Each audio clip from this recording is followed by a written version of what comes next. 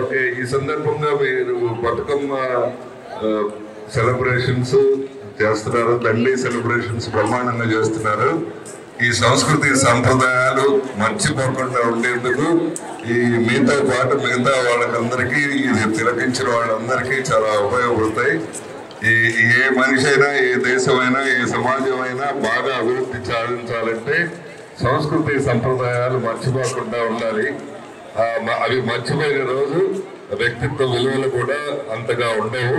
So ఆ సందర్భంగా మీరు తెలంగాణలో ఉన్న బతుకమ్మ, ఇక్కడ ఉండే దండి సంబరాలు చేస్తున్నందుకు, ఇంత బ్రహ్మాండంగా చేస్తున్నందుకు హృదయపూర్వక అభినందనలు.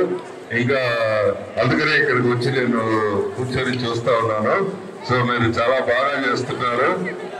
ఇంకా మీ మీ మీ కో స్టూడెంట్స్ అందరినీ, రోడ్ల మీద కూర్చునే వాళ్ళందరినీ మీరు ఆహ్వానించుంటే ఇంకా బాగుండేది. వాళ్ళు కూడా సంతోషించారు నాలాగని.